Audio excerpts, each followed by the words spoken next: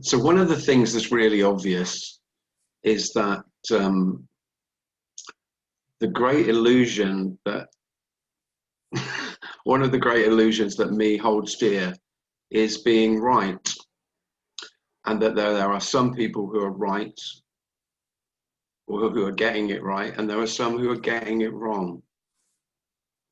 And one of the great freedoms is that it might become obvious that there really isn't anyone getting it right and wrong.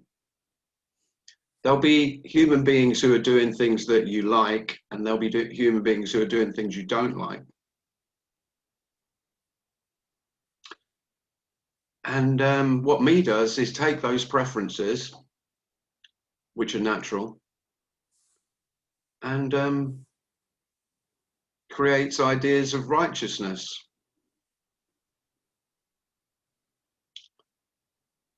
So you make others wrong. And of course, what self does mostly is make me wrong. What I do wrong. What I think wrong. What I'm missing. What's faulty with me. What needs fixing. So there are two ways that me goes about trying to fix what's wrong. They either go inside and try to fix themselves, which I'm sure you've been very busy at. I know I was. And then there's plenty, if you look outside, me looks outside and goes, well, I don't like that much, so that's wrong. And then set about fixing that. So this message isn't saying that in the absence of self, then there won't be things that you prefer, that will be preferred, that are liked, and things that are disliked. But there's such an immense difference between liking, between preferences, and righteousness. Righteousness is a dreadful curse. It's the curse of me. That I'm essentially flawed. You're essentially flawed. The world is essentially flawed. But mostly humanity. Most selves concentrate on humanity. Especially, I mean, that's you turn on the TV or you're looking at media, then that's really almost all the conversations are about. What's wrong? And one reason why this message could that is fair to call this message liberation is freedom from that. Freedom from the sense that there is a right and a wrong way for life to be. It just might be obvious, because it is glaringly obvious, that life is just as it is. It's outrageously simple.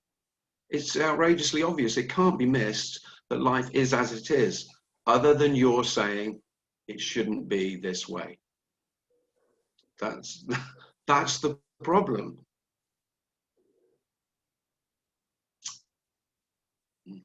But then I have people say to me, well, you're saying that, you know, that you're condoning this and you're condoning that. It's not that at all.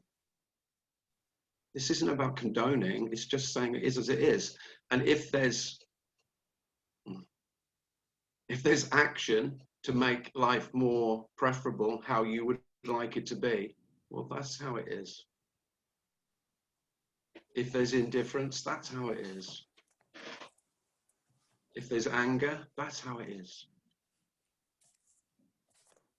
If there's moments where everything is perfect and there's pure bliss, that's how it is. And one is not better than the other. One is preferable to the other, but not better. The better bit, the more correct, the more right, that's all for me. And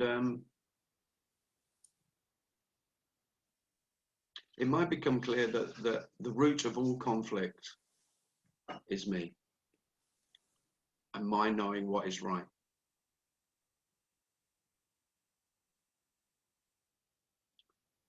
And without it, life isn't better. But God is more peaceful. So you might say it's better if you prefer peace than conflict.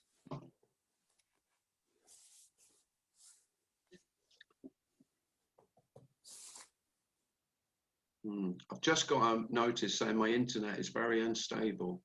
So if I disappear anytime soon, don't be surprised.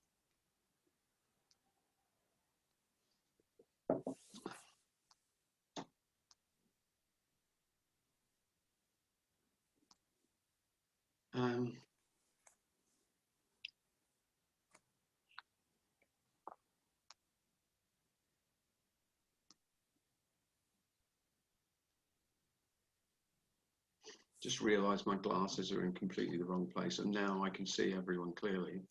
And a moment ago, it's just a blur. Because they're very focused. If I don't get them just right, then, oh yeah, that's better.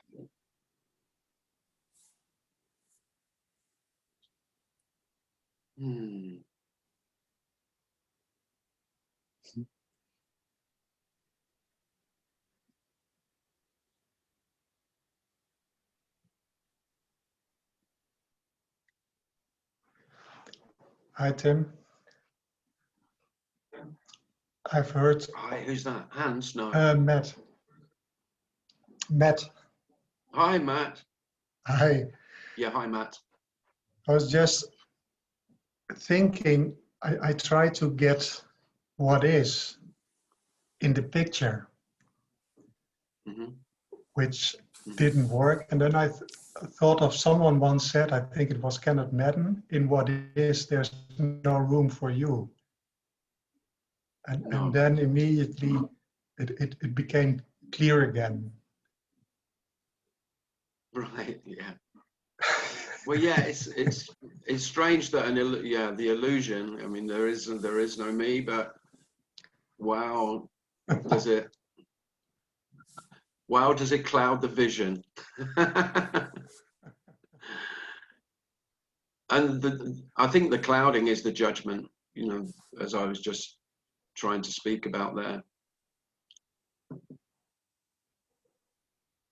Because life is as it is, but then I say all my judgments about it. And of course, then it appears it could be different than it is. It could be other than it is. Yeah. Yeah. There's this constant drive to know what it is, but it's actually a movement getting away, trying to get a better experience, something.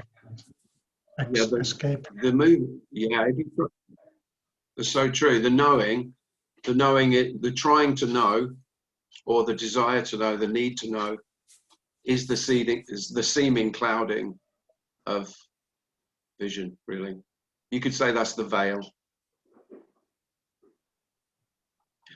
But I can't emphasize enough that you mustn't think. Please don't think that I can see what is any clearer than you. Okay. Okay. I can't know that you can't see it clearer. Of course, I can't know that. But it just seems obvious that there isn't any difference. So this human being here called Tim with a self could see what is just as clearly, but it was clouded in questions, in judgments. It was, yeah, it was all seen through the veil of me, all in relation to me. And that's the seeming distortion. There is no distortion, because it's very obvious that nothing has changed. There is no difference in what is. Of course, what is always appearing absolutely fresh and new. But there's no difference in that other than the absence of the questions about it. And the questions and the judgments, they're kind of one and the same. Particularly the judgment saying, oh, I still haven't got it. There's something missing. I'm missing something. I'm missing a trick here. You know, that's the story. That's what me tells. I tell the story that I've still got some way to go on my journey, with no idea where it's leading to, of course. But I've got a fantasy about it. And the wonderful news is that this isn't leading anywhere. How incredible is that? Yes, beautiful. There is no, you're not going, you can't get anywhere, Matt, because there's nowhere to get to, and there's no one to get there.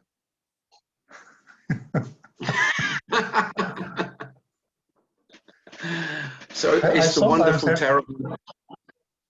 Yeah, go on. Yeah, I sometimes have the feeling of being caught, but I mean now being caught by you, but sometimes when I'm just on my own, being caught by this, and then it's like, yeah, I've been on a tour and I knew this all along. It's like fooling myself somehow. That's what me is. Me is fooling himself. Yeah, yeah, yeah, yeah.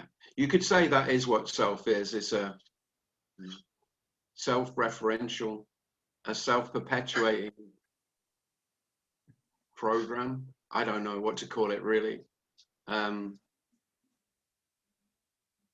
it feeds itself with, and the food it likes best is there's more to get. That's really the fuel. And then in moments it might be obvious, you know, you catch it, you get caught out, Matt, and you go, oh shit, no, there is nothing else. Yeah, exactly. And that's all we're talking about. That is all there is to talk about. Mm. But, thank you, Tim. You're welcome, Matt.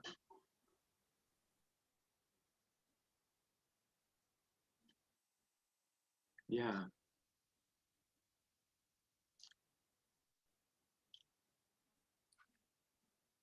So there is no path to here, is there? Is there? Other than you can tell yourself a story of how you arrived.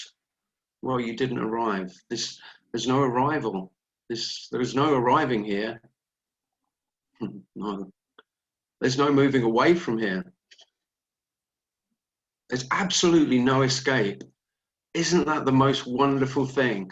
That liberation is the total absence of any possibility of escape. It's the exact opposite of everything you've ever been told as a self and that you've ever been taught about to get where you want to get. Is always moving away, isn't it? Moving forwards.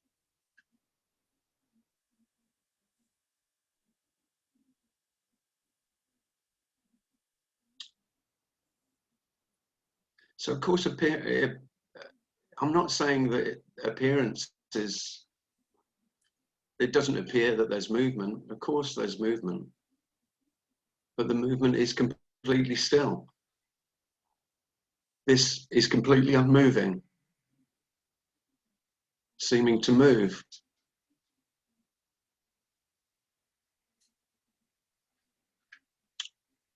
This is totally silent, making a hell of a racket. It's not quite as good as the title of my book, that phrase, but it's close. So it might just be obvious that sound and silence are not two,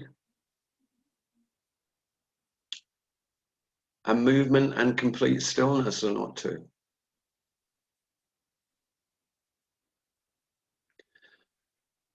But the problem with hearing that, and I remember this, the problem with hearing that, you go, well, that I can't see the stillness. No, it looks like movement to me. I can't see. No, you can't see the stillness. It's not moving. And I can't hear that silence. I can hear, I can hear sounds. Well, yeah, you can't hear silence, but it's there nonetheless. You don't need to hear silence. You don't need to see stillness or emptiness. It can't be seen. When I say you don't need to, well, it's impossible. And I wouldn't want you to think that, oh, Tim's, what he can do is he sees, he's watching the Formula One, he's watching the Grand Prix, and he's watching the cars go around, and all he can see is stillness. Or he's listening to music, and all he can hear is a deafening silence. I mean, you can get the wrong idea. That's not the message. The mystery is that movement is still and sound is silent. Well, that is a mystery. You won't solve that. No one who speaks about this has solved any of this. Because of course it doesn't need solving. What has seemingly happened for anyone who speaks about this is that it's just become obvious that opposites are just for mind, just for thought, just for me, just for the sake of argument, just for the sake of, I feel much more secure if I know what's happening. And this message is, there is no possibility at all that you will ever know what the hell is going on. And for me, that sounds dreadful, but for a few of you poor souls, it's irrevocably attractive, and you are drawn like a moth to a flame until your wings are incinerated and you might stop.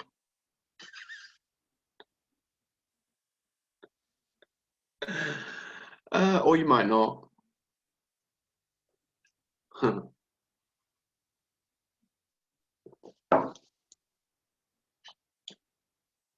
Yeah, I've always loved the moth to a flame.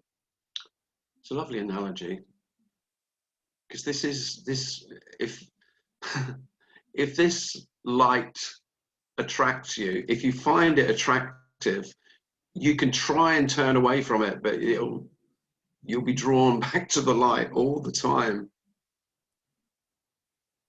And it isn't, it isn't one of those energy saving light bulb lights. It is a flame, and it will burn you up. I say that with some glee.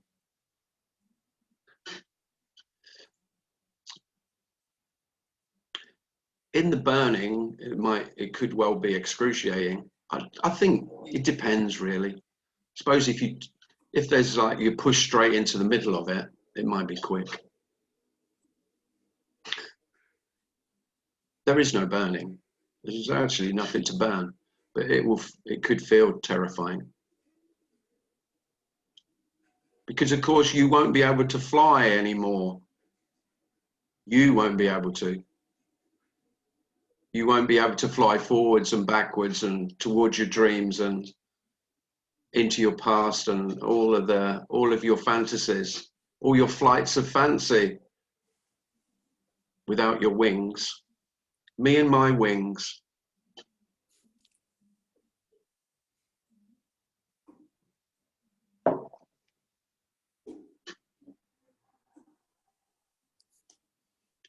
Yeah. Kelly Hewitt's waiting to enter. I better let her in. I'll let her in. Okay.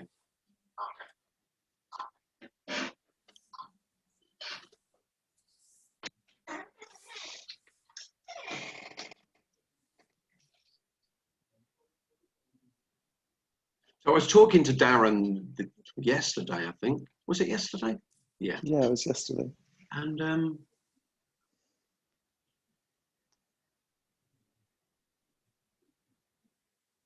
I'm probably getting this wrong. If I've got it completely wrong, correct me, Darren. But he was just saying how it can, sometimes it can be so obvious that he never went anywhere on a journey, particularly on a journey. You can be on a journey and the journey, you know, you experience the journey, you're on the journey, and then you arrive at your destination and you might sit down quietly and it could be glaringly, like outrageously obvious that you never moved. You never went anywhere.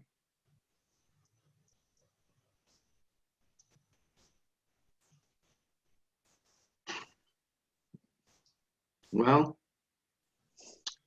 there it is. And of course, there is a reason why this message is really repellent to most selves. It's because it is the end of the possibility that they're going to realize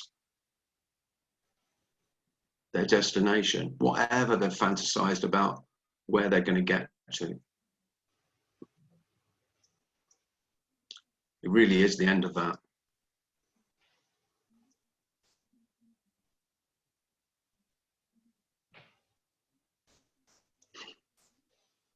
And that's the piece. And unbelievably, that's not at all what you were looking for, but it's a big but. Oh, finally, some rest.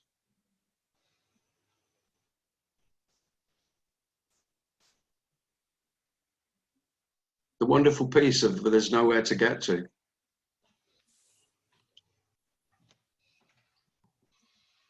There's nothing to be achieved.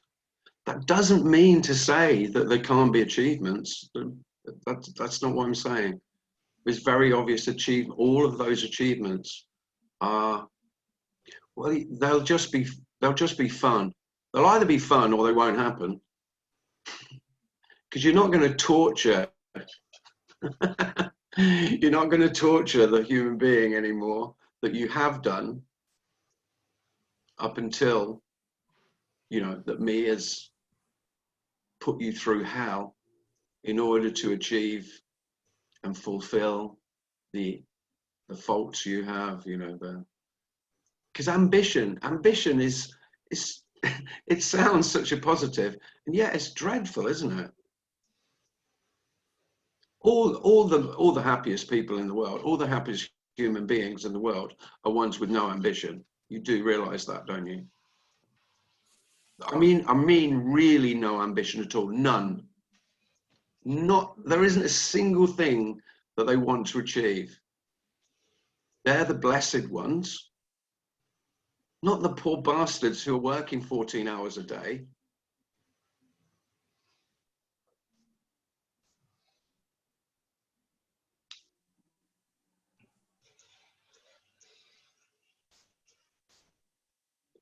But there you go. Of course, I'm not saying that the poor bastards who are working 14 hours a day can do other than they're doing. But you might have a bit of compassion for them. Rather than envying them, you maybe look on them with some compassion and think, oh, I hope they get disillusioned soon. You know.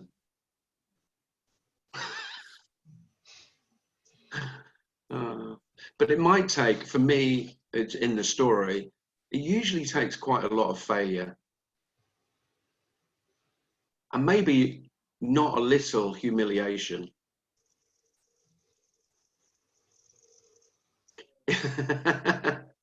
If I was recommending you to seek anything, it might be those two. Good targets. So your targets for this week are abject failure and no little amount of humiliation. Humiliate. Think of your most your dark secret. Tone's got it's not music. Fortunately, my brother finds my humour funnier than any other human being on earth, which is lovely. But if you could do something, think of the thing that is you're most ashamed of, and then go out in public and declare it. You know,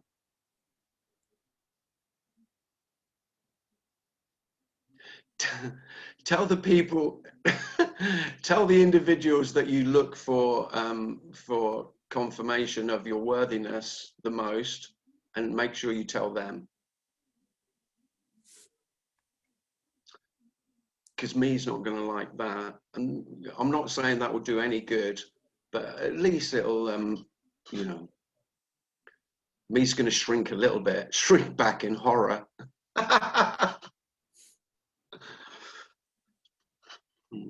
Oh well, I'm not recommending that, by the way.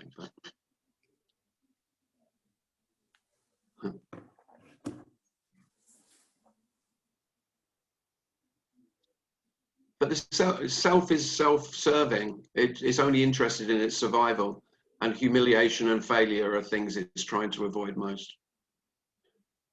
Of course, underlying everything is death, but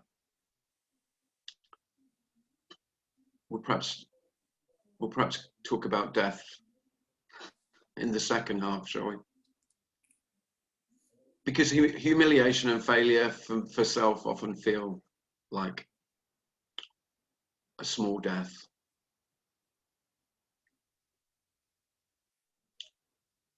You know, I can't stand this. This is fucking killing me.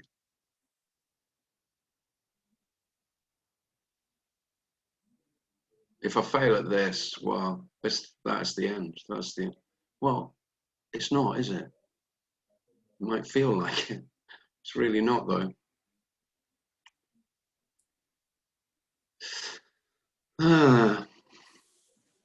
That's enough of the therapy for today. So you've got your homework now, your assignment. Assignment 1. Think of something that you could really fail at this week. Number 2. What would really humiliate you, and who would it be most humiliating to come out and express it to?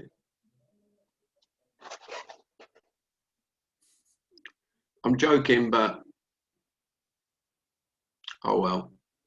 You know, because self's so afraid of, you know, the bits of self that are shameful.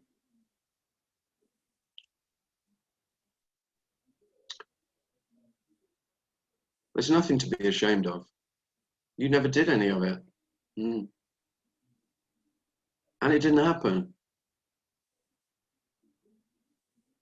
All of those shameful things.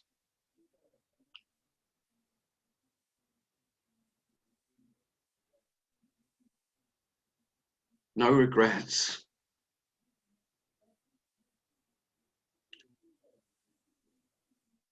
No missed opportunities.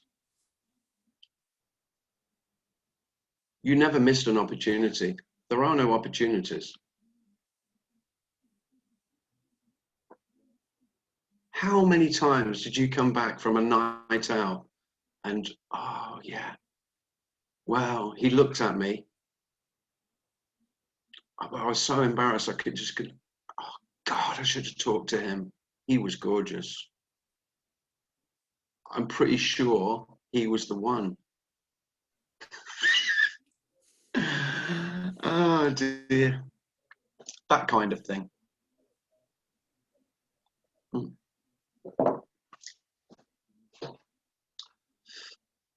So, because of course opportunities are always for me, aren't they?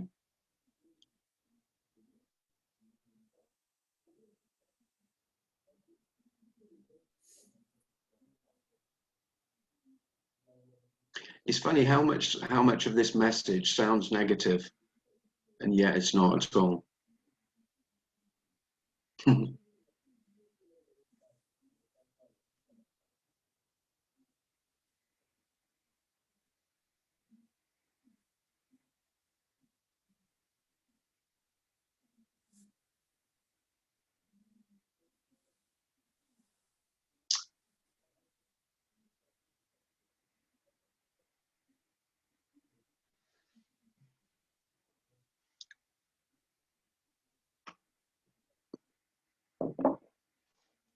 Has anyone got a question or something they'd like to share?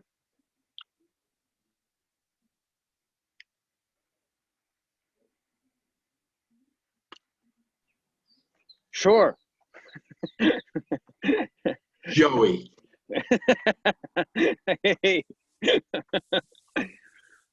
I guess I had two things that came up for me. One was you said that, you know, like me is always makes something right and becomes righteous with it. Mm-hmm. And I know I did that with this message. Yeah. You know, Me this too. is the right way. I figured it out, and you know, Yeah. I was righteous, and I argued with everybody that put up any sort of argument. And you know, you're stupid idiot. You don't really know what the fuck life is all about. I do. Yeah, See, I've been there. I've been to the meetings. I know what you're talking. I know how it is. Why don't you see it? Let me tell you. Yeah. It's so true. And then yeah, and it's in a way, it was very strange, interesting, because I went to, this was years and years ago, and I went to a meeting with some guy. His name was Bala or something like that in New York City. And I argued with him in his meeting. And then he said something to me, and I had no idea what the fuck it was.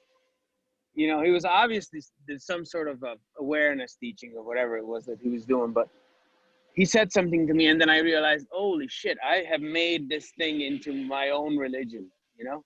Yeah. Yeah, yeah. And I think I still do to some extent, even though I realize it. Yeah. That's ever so common, Joey, though. You know, I know that I did that to an extent. I just thought, well, this is the way. I found the way. And of course, fuck, have you missed the point if you think this is the way? It's so way off the mark, isn't it? Because this is the only message, the only thing this message always says is there is no way. Mm. Yeah. This isn't, yeah, but I know that I did something very similar, Joey. Maybe not quite as vociferously as you would, you know, you fucking argue for America. You know. But one of the great liberating things about this is there's no need to argue anymore. This doesn't need defending. That's one of the wonderful things about this message. If it becomes obvious, there's no need to defend it at all. There's nothing to defend. It's Yeah. It just doesn't need your defense. It really doesn't. Yeah. What becomes clear, or what might start to be more prevalent to the fore, is compassion for people who are still on a desperate seeking path, and then you can only have compassion for that, because you know, being a seeker for so long, you just know how painful that is.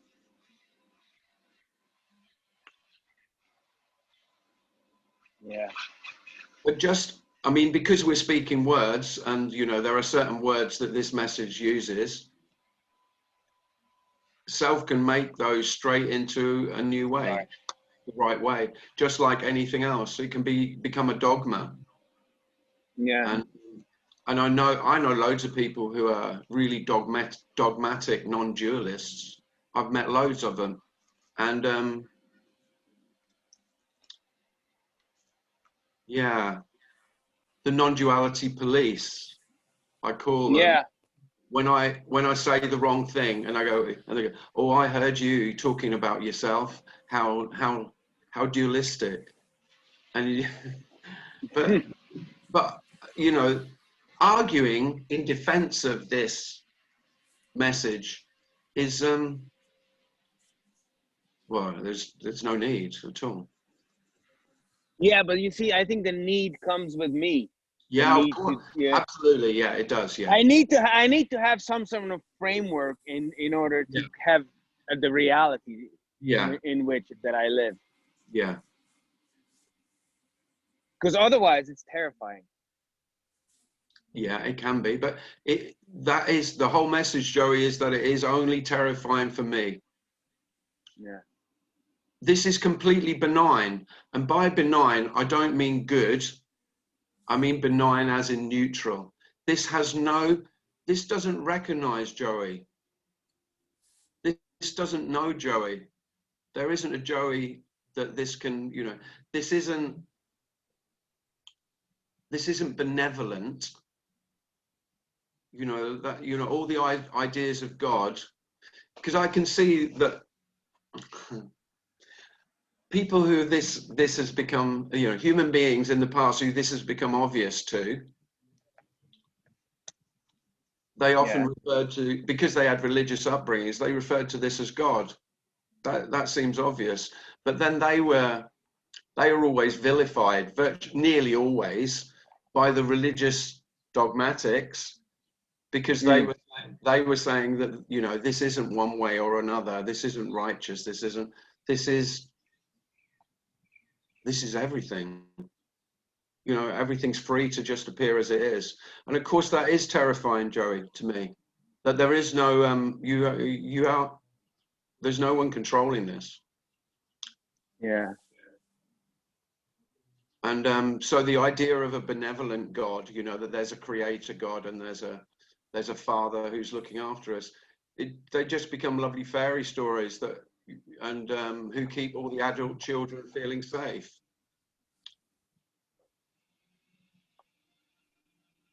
This is completely unsafe.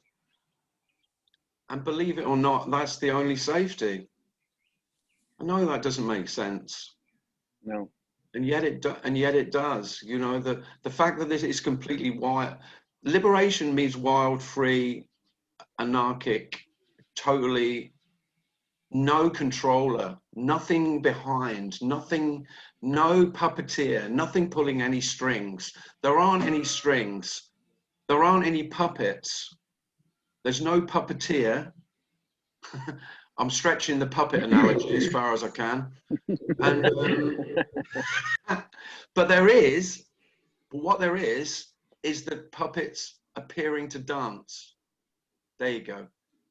And that's the best life has to offer, is these beautiful puppets we call human beings, with no one, they haven't got any strings, no one's pulling any strings, but they can dance.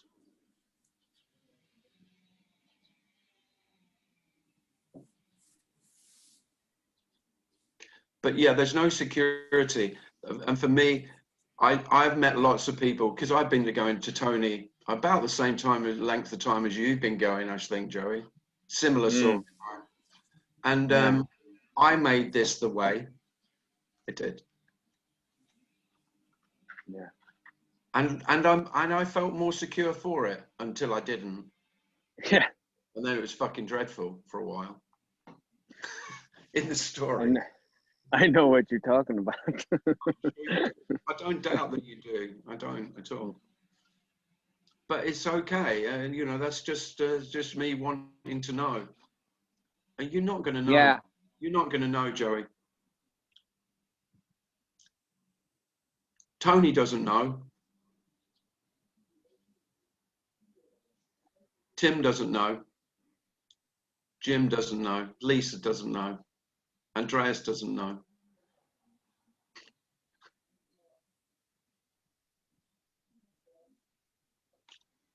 But yeah, so I know you've all heard the phrase not knowing and unknowing so many times.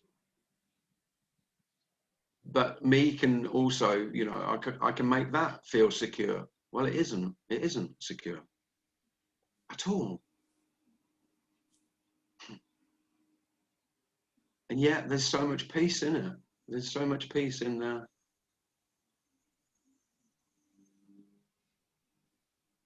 not knowing.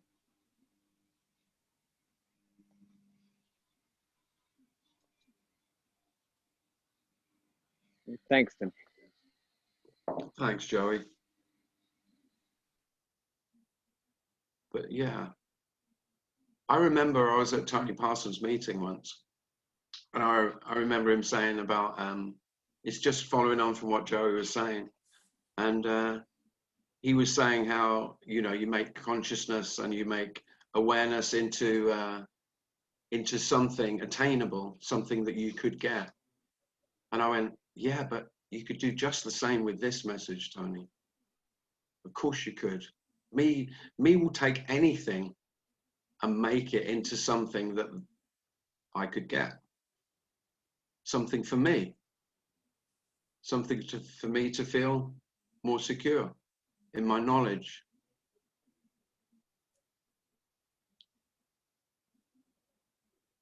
Yeah.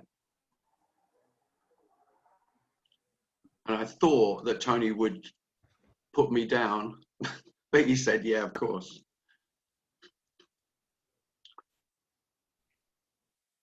Yeah, of course. That's what That's good. That's what self does.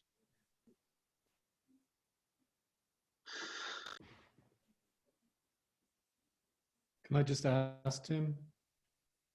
Is that Andrew? Yeah, it is. Hi, Tim. Hi, Andrew. It feels more intimate. Hi, Tim. It feels even more than.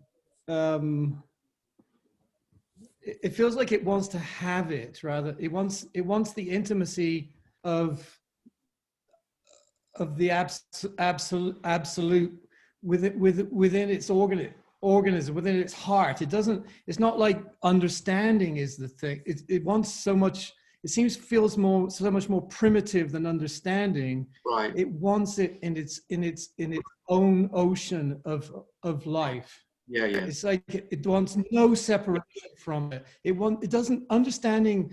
It sees the limitations of understanding. Yeah. Because when it dissolves, it's like it feels like, for me, it feels like it wants the ocean. It wants to dissolve into the ocean of it. Yeah, yeah. Oh, I remember those feelings well, Andrew. Yeah. And what can I say about that? Well, if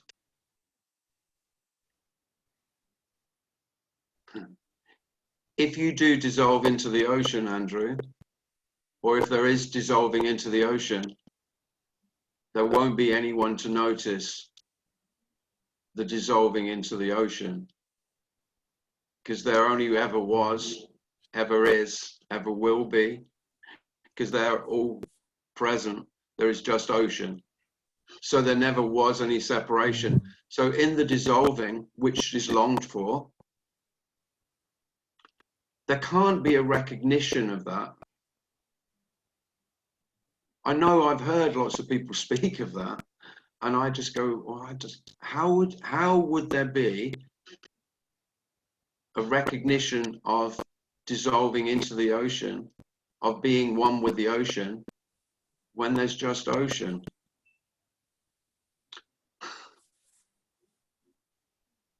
Here, there was none of that. I could call, I use the word emptiness. Ocean is more poetic and beautiful, but emptiness is the word that seems most appropriate.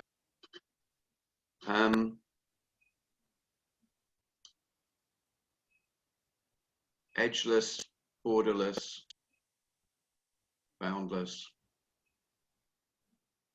spacious. Ocean. But that longing to be at one you know, to dissolve into everything, to be at one with everything and nothing.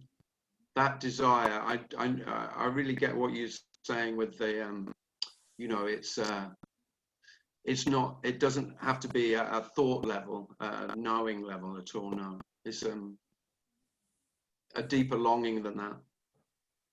That, yeah, the deep longing to come home.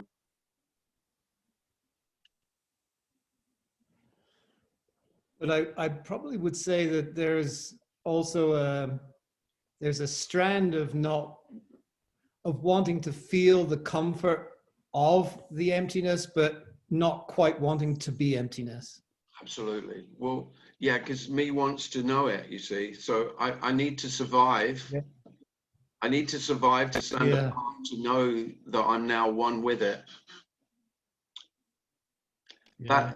That's me all over, isn't it? I want my cake and eat it. So I want to be one with nothing, Yeah. but I want to be there to know that. Yeah. So I want to dissolve and disappear, but I want to fucking be there when I do. Absolutely. That's so the seeker dilemma. That's so me. Yeah. And that was Yeah. those memories are still very vivid. That, yeah, like I do really agree with you that it's not just about the need to know. It is you could say it's pre-thought, because I think it comes, if I was telling a story, I think it comes from that, you know, that early separation when you're about 2 years old and you have virtually no language. So you have no language for this. And that's when you separated from the ocean. And that's when the longing to be back with it, that's when it began. And so the thoughts don't really have any words to go with them. They're primal, you could say. I don't know what word you used, but it was good. Did you say primal? Something like that. Yeah. Early. Yeah. Yeah, because I think. I mean, I think you. Yeah, go on. You spoke about it. I think in one I listened to you when you said about the mother and the baby and the breastfeeding image of like that wholeness. Yeah. No separation in that image, and probably within that bonding of that. Yeah. And you know, in a sense, you know, I get still stuck in relationship, in that draw into that, you know, with women, really, you know, it's like that's still the entry for me back to that, in a sense. It's nothing I can do about it, and it's powerless, and it's such a painful place at the same time, because it doesn't do that. No. Well, I've spoken to a lot of men and and women, but a lot of men look to a woman to become their substitute mother. And I don't just mean that in looking after them. I mean to make them feel whole again. Yeah. Yeah. To bridge, you know, to just to soothe that ache of separation. Don't get me wrong, women do it the same with men, but I think that mother longing thing is really powerful. Yeah. Men should talk about it a lot more. Yeah, without a doubt. But of course, that's the problem with the sense of separation. Generally, in society, the only way that you can seem to fill that aching hole that you feel from separation is in a relationship. And I think that's the same for men and women. This is not a gender thing at all. You know, this is a universal No, me. but it seems like the relationship can potentially become the receptacle of all that anxiety and frustration Oh, without a doubt. and powerlessness. Yeah. Well, of course, inevitably, nearly all relationships are doomed to be unsatisfactory because another human being can't heal that, can't heal separation. Heal it, yeah. No. And that's essentially what he's looking for. Self is really looking for, okay, this is the one. She will complete me. He will complete me. Then I'll feel whole again. Then I'll feel complete. Then I'll be okay. She'll make it all okay. Well, what a surprise. That's a little bit of a burden to put on another human being, isn't it? Isn't it just? Isn't it asking a little bit much rather than just saying, well, shall we just see if we can have a little bit of fun together and maybe support each other and be nice to each other, because that's about as good as we're going to get. It would be much better. It would be much better if we could keep it as simple as that. But of course, I mean, the pain of separation, if it's not the same for all human beings. I mean, some selves are not that painful, amazingly. I'm shocked because mine was a complete bastard. But as yours is, I'm sure, Andrew. But you bet, man. yeah. You don't come to non-duality if you've got a reasonable self. No. You're doing some nice stuff and being kind to yourself.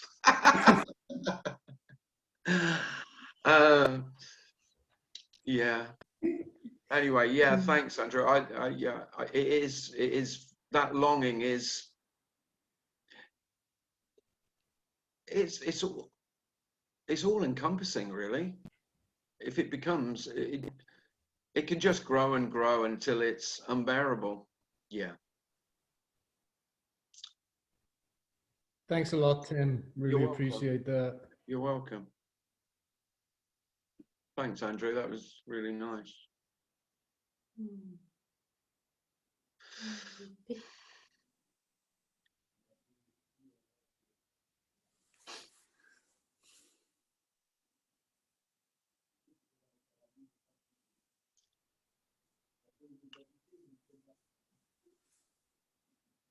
If no one's got a question,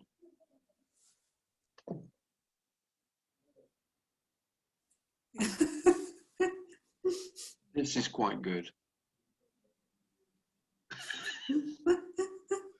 That's enough. I couldn't resist it. Ooh, that looks really good. Yet. What is that, Tim? That looks really great. What is that? Oh no. Good, thanks, Darren. Nobody else is helping me out with the plug. I feel now I'm on a chat show. You know how you only go on chat shows to plug your book? Well, believe it or not, I've got a book. Fucking hell. What's it called, Tim? It's called This Deafening Silence, which I've already referred to in today's meeting. On the back is a beautiful handwritten poem by the author. And lovely. Yeah, it's lovely. Where can I get it? I've only found 2 typos so far. I'm pissed about that, if I'm honest. 2 typos. Anyway, other than that, it's good. I like how it's different from other books in that your name is bigger than the title. Right. Right, this author hasn't forgotten his ego. Oh no, still fully intact. It looks like the name of the book. Cliss by the Deafening Silence. Sort of is. Sorry, Tim. That's a bit sarcastic, Anne. But... Lovely. And so you can buy Tim Cliss, buy This Deafening Silence on Amazon.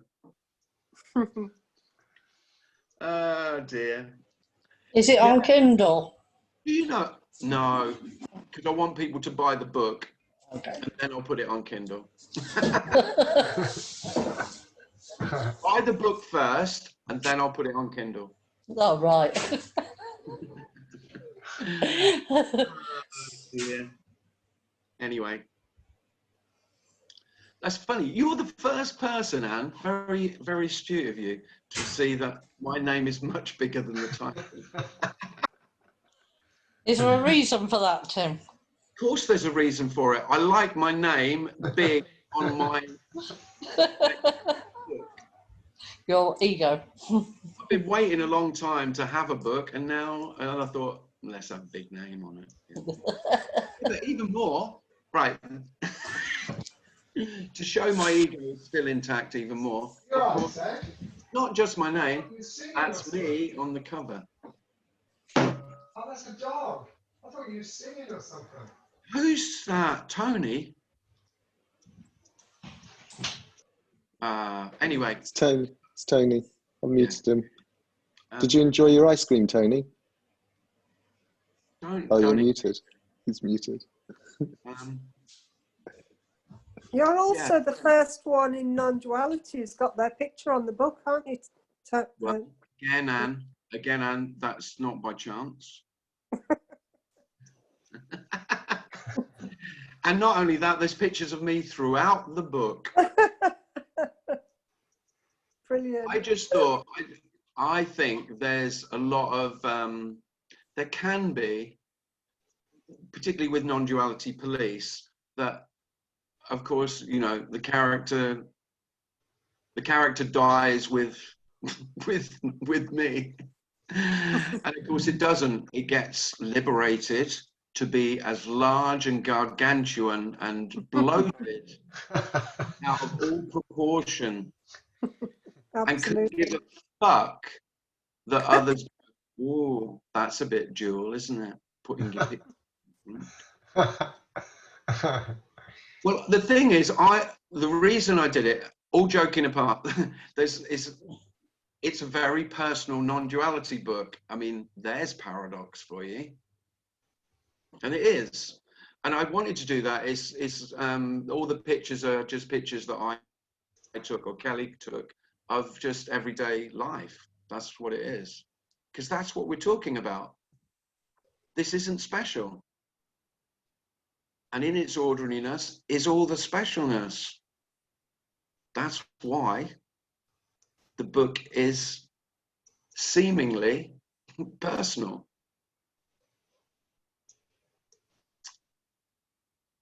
That's the liberation. Liberation for life to be just exactly as it is. So rather than it just be, you know, pompous, because there is a lot of pomposity in this message, can be, and pretentious. I've tried to make the book. I've got a pretentious title, I'll give you that. That's pretentious. But actually, once you get into the book, I think it's less. You've got some nice reviews on it. I have. I could do with some more, though.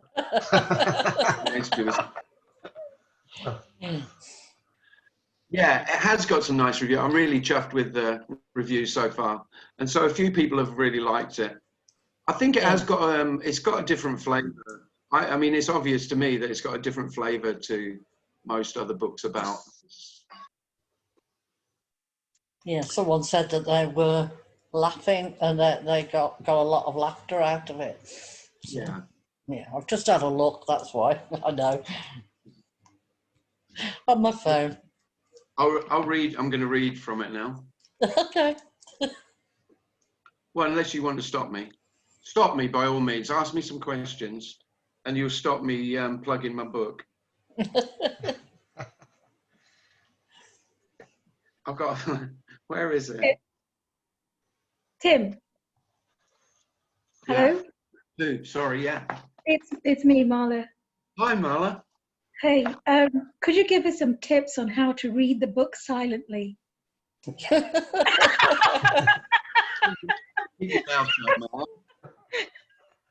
Just don't read out loud. Just read to yourself.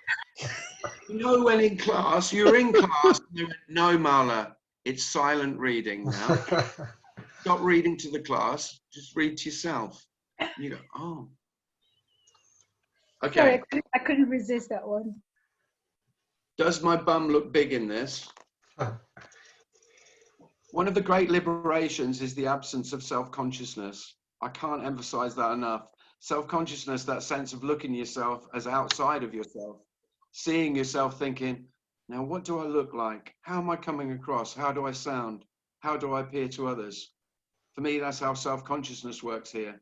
Freedom from that alone is worth talking about. There you go. It's a little taste. That's not the bit I wanted to read, but...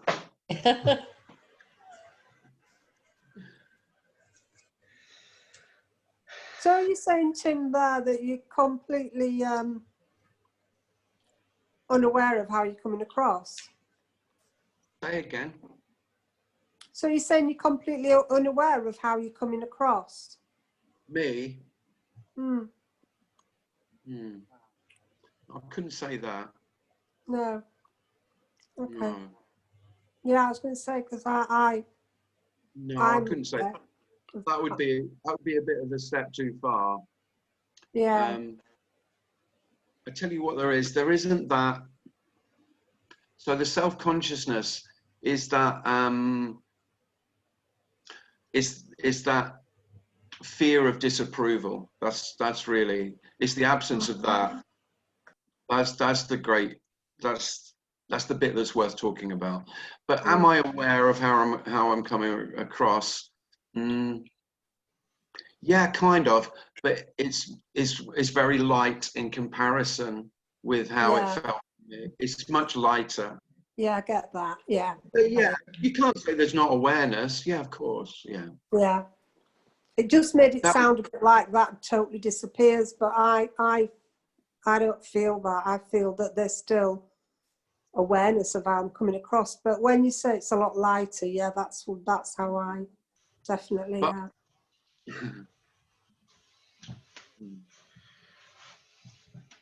But yeah, there is. I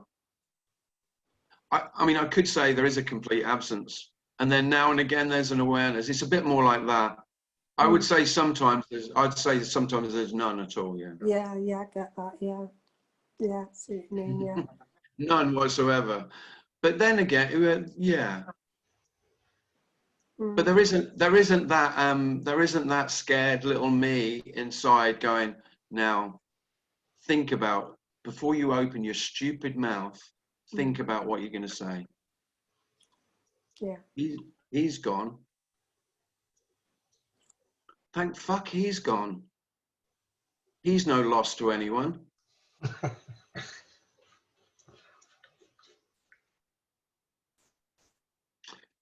The inhibitor. There you go. That's what I am. I am is the great inhibitor.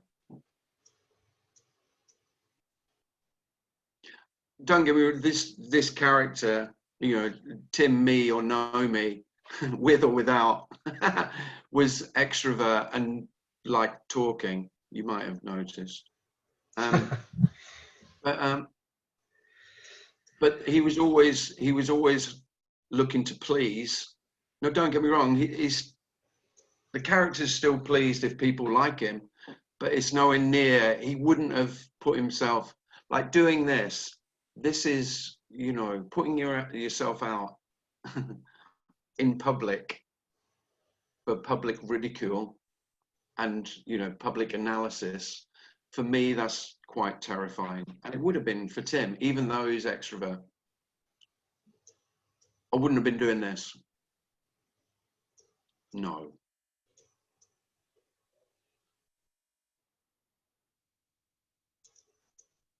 Not without a script that I'd, you know, rigorously gone through and checked and had people check it and see that I'm not being too offensive, that I'm not saying anything, I'm not swearing too much, I'm not being too egotistical, because that wouldn't be non-dual.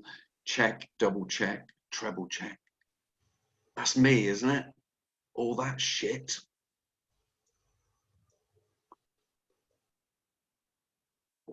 I too. Yes. Sorry. I too.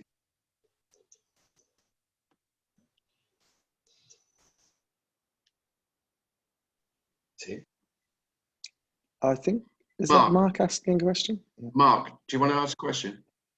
Yeah, Tim, I was just going to say, I've heard the expression, the inner torturer. Is this what we're comparing the me with here tonight? Is it akin to some kind of, maybe for the very dense me's, Yeah. just carrying this fucking torture around with you Yeah. night and day. And as you said earlier, perhaps for some more pleasant me's, they don't need to come along to non-dual meetings. And No, they went. I wish them well.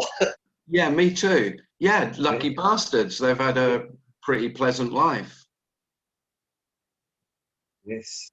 Because this message isn't saying that there's anything essentially wrong with me, but it's just the message, the compassion of this is that saying for so many human beings, their sense of self is that torturer. Yeah.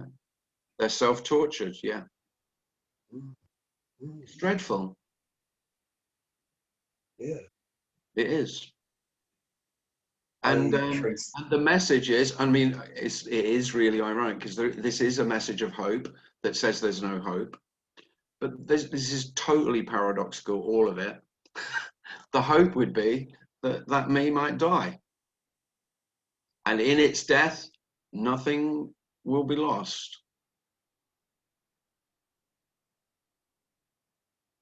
But there could be a peace that passes all of your understanding.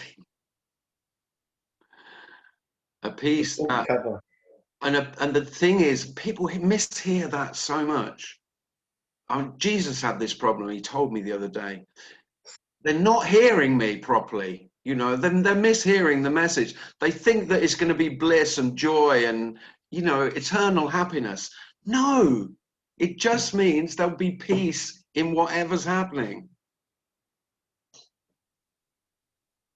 So there's peace in anger. There's peace in hatred even. There's peace in that. I mean, that's the, so, you know, me's never going to get that. That's why this message isn't for me. Because me saying, well, that's not what I'm looking for. I don't want any of that. And so to come back to Mark's point, the comfortable me's, the me's who are reasonably okay with themselves and treat themselves with some compassion and respect, can treat themselves at least as well as they treat other people. Whereas, you know, the selves who come here, that's definitely not the case. They've been treating other people much better than they've ever treated themselves. Otherwise, you would never come near this. And yeah, that they're okay. And they can't hear this. They can't hear this message at all. This message is only for the few. Of course. It is. It can't not be, because most selves, they will hear this message and there will be not an ounce of resonance, nothing. It doesn't even touch the sides, straight through. And they'll just go, sounds like nonsense, sounds rubbish. And then there'll be the few, this is a few more, not many, a few, who they hear it and it does touch me. Me gets a hint of it and they get really angry about it because it's a threat. And then there's you lot. And you lot are the ones who can hear it and you're fucked. That's funny. Thanks. Lovely night to end on, Tim. But you are though, because if you can hear it, if you hear this, you won't unhear it. That's for sure. You won't. You can try and go, oh yeah, I'll forget about that now. Tough shit. You won't be forgetting about it. No chance. It's true. You can't. You can't. I tried to run from this earlier this year. You'll go, well, I've had enough of that. That's no good. And then you'll try, I'm going to do yoga instead. Fuck non-duality. I'm doing something really pleasant for myself. Well, good luck with that shit. It doesn't work. That ain't going to work. I'm trying. I blame you, Anne. It was Anne that apparently brought me through to this. You got Anne to blame. Yeah, that's what I said. I blame you, Anne. Anne bringing lambs to the slaughter. Yeah, I'm glad she did. Oh. It was part of my story of the apparent self moving on the apparent rest of the journey from a couple of years ago. But the one thing that I found in all this, I started on this journey 2.5 years ago when my husband unexpectedly passed away, and it was just, these were the steps from it. And although I'd found a lot of peace in life through other stuff my character does in the story, this has stopped the seeking. And about 9 months ago, I tried to do a runner. Didn't last. I got scared. I got scared of what it was like over there. The apparent other side. Yeah. And it's beautiful. No, it does seem really terrifying.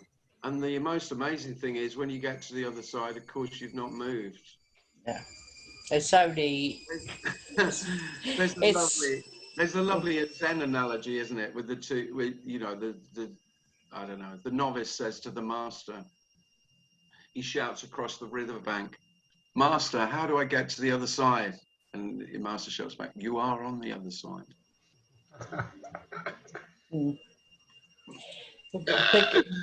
biggest fact, what you said earlier there, and I was really nodding, was the peace that I've actually found in grief as well, that you can have so much peace and know that peace and yet still be grieving, because my character still does.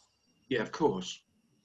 This isn't the end. This isn't the end of feeling all what we normally call difficult feelings. That's not that at all. It's that you feel them more fully, if anything, more openly, more rawly, but they've got an okayness that they would never have had. You know, why is it not okay to feel grief and the loss of another beautiful human being who you've loved? And I mean that loss in death, in physical death, or in the breakup of a relationship, or all kinds of loss.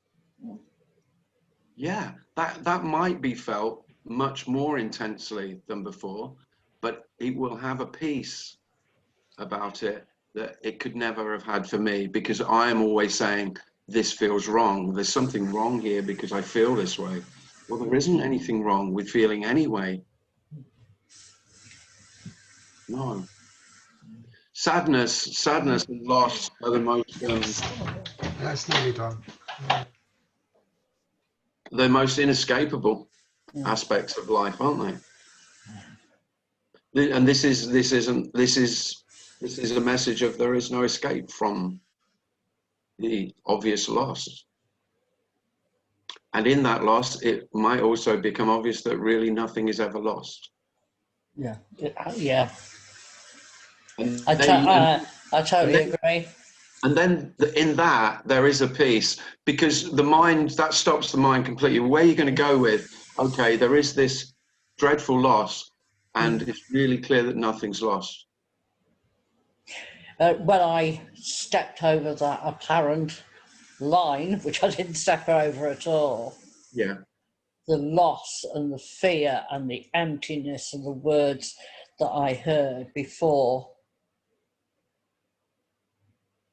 took on a new meaning. They were as I'd heard them, as the me. Yeah. And I had to. That just, and I don't know when it happened. Sometime apparently this year. It just. Yeah. Well, if anything does happen, you won't be able to say when it happened. No, I didn't. I can just say now that everything has changed and nothing has changed. That's the sum total there, Carol. If you want to start talking to other lost souls about this, be careful who you tell, though. Yeah. But yeah, that's beautiful. Thanks, Carol.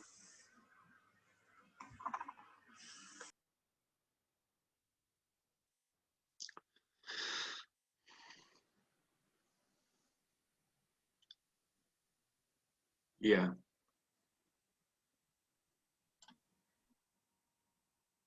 Tim? Yeah. Hi, Mala. Strangely enough, you will get some kind of resonance or instinct on who you can talk to and who you can't. Yeah, you do, yeah. I don't know where it comes from, but something tells you you can talk to a certain person, and don't even mention this to 97% of the population. Well, I think you're exaggerating at 3%. I think it's less than that, but yeah, we'll go with 3% then. But I think it's less. Yeah, I'm being optimistic. Yeah, that's an optimistic. Yeah, so 3% of humanity could come to non-duality meetings. Well, I'm telling you now, it's a lot less than that. How do we know that? I don't know. But no, I have no word for that. The best word is intuition, I guess. You know, that's a common word for, you know, knowing, but you don't know how you know. Intuition is probably your best bet on that. Yeah. That's what I would say. Intuitively, you might get it wrong, but usually you can feel it. And intuition is different to knowing. Is a different kind of knowing, a felt knowing, you could say. Yeah. Yeah, you might feel. Yeah, you can feel an openness. Don't ask me.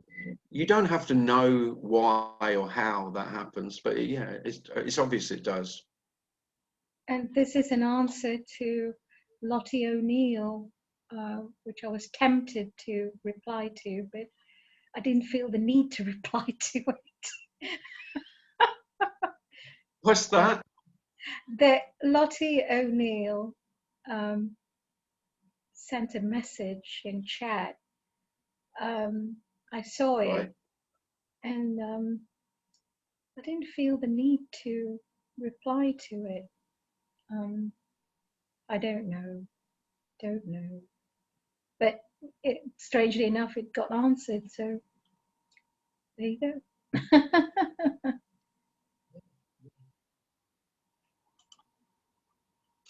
Thanks, Tim. And no, you're welcome, Mala. But yes, it's very true. If you don't need to know whether somebody is going to be receptive to it. If you start speaking about it, you'll soon know. And then you might become a little bit more reticent.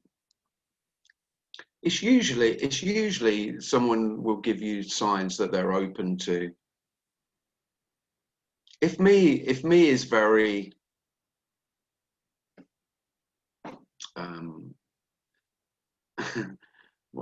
what's the word I'm looking for? If there's a really solid sense of self, then you can sense that, and there'll be absolutely no point in you mentioning this.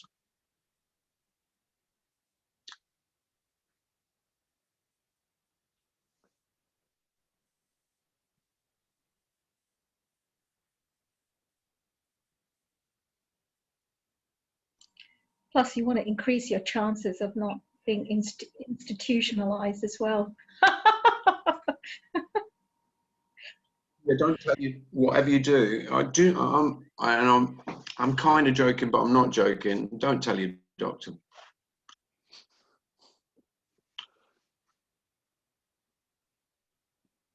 No, do not mention this to medical professionals. I don't think they'll be understanding. You're not going to get, oh yeah, I thought I'd seen you. Yeah, you're Andreas in Ibiza. That's where I saw you. You know, your local psychiatrist was there. This is technically depersonalization disorder. I've had someone told me that's what I've got. Thanks. Thanks for that. By the way, that wasn't a medical professional because I'm not stupid enough to tell my doctor. The only thing I'd tell my doctor is I'm feeling a little bit down. Nothing as psychotic as, do you know myself has completely evaporated? Don't go near that one.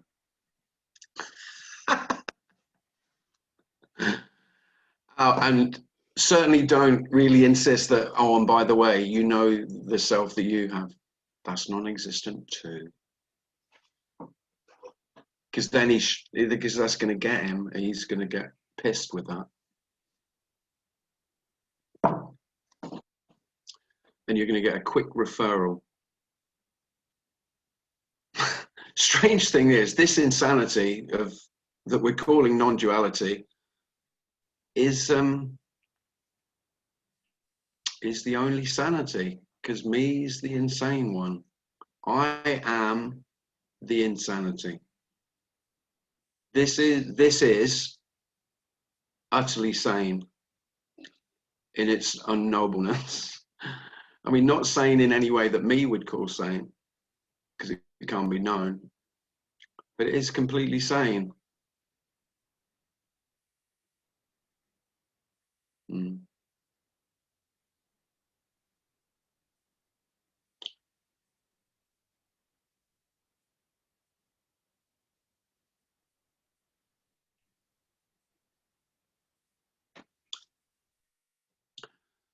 Well, we've got 5 minutes. Has anybody got anything burning they'd like to ask?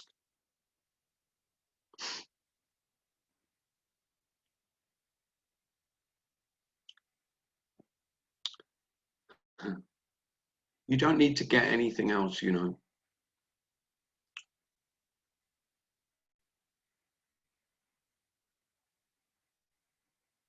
And you don't even have to lose anything else. That's the weirdest bit.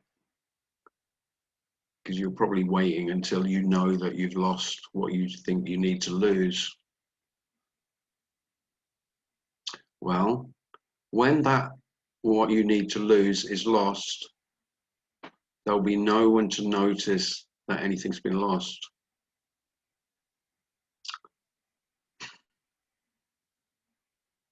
So what you're waiting for, which is knowing your own absence, of course, is never going to happen.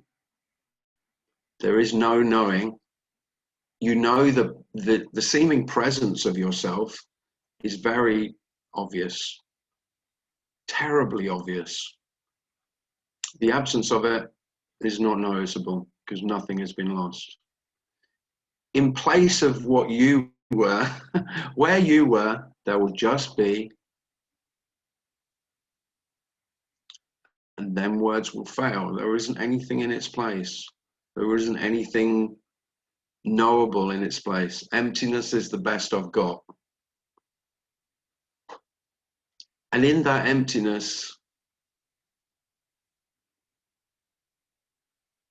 there is a peace and a love that would never have appeared to me, although it was ever present, because I was always looking for something else. Because it's not something you can see. You can't find this. It's invisible in its emptiness. It's unrecognizable in its stillness. It's unhearable. Is that a word? It's unhearable in its silence. And yet, there it is, screaming.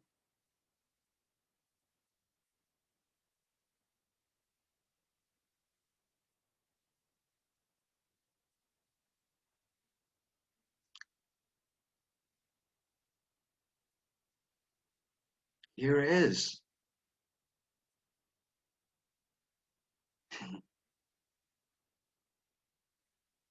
Screaming. What are you waiting for? It's probably screaming. And you go, well, I'm waiting until I know. And he goes, you daft twat. There's no one to know. You're not going to know. There we are. And that's the love. That's why we're talking about unconditional love, even though it's not in the least bit loving. And yet,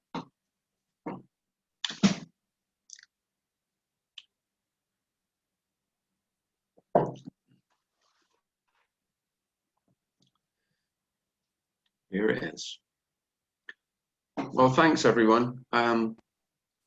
Great to see you all, and I hope to see you on Monday. Oh, I know, quickly. I've forgotten about this. There's this book on, and it's really good. And there's,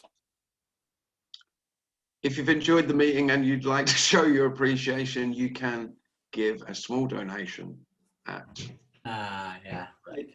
paypal.me/Tim Cliss. Thank you. But you don't have to, but if you'd like, to, you can. And She's a sweet. yeah, thanks for coming. Thank you very much. Thanks, Tim. Tim. Thank you very much. Thank Bye.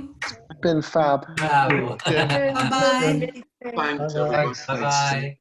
Thank you. Thank you, Tim. Thank you very much. Bye. Bye. Thank you, Good Tim. night. Thank you. Bye. Bye-bye. Bye. Bye. Bye, Anne. Bye, Anne. Carol. Bye, Carol. Bye. See you, James. It's more like Bye, the Walt. James. More like every bloody week. It's like the what? I like the Waltons. Who doesn't Yeah. love the Waltons? I have to get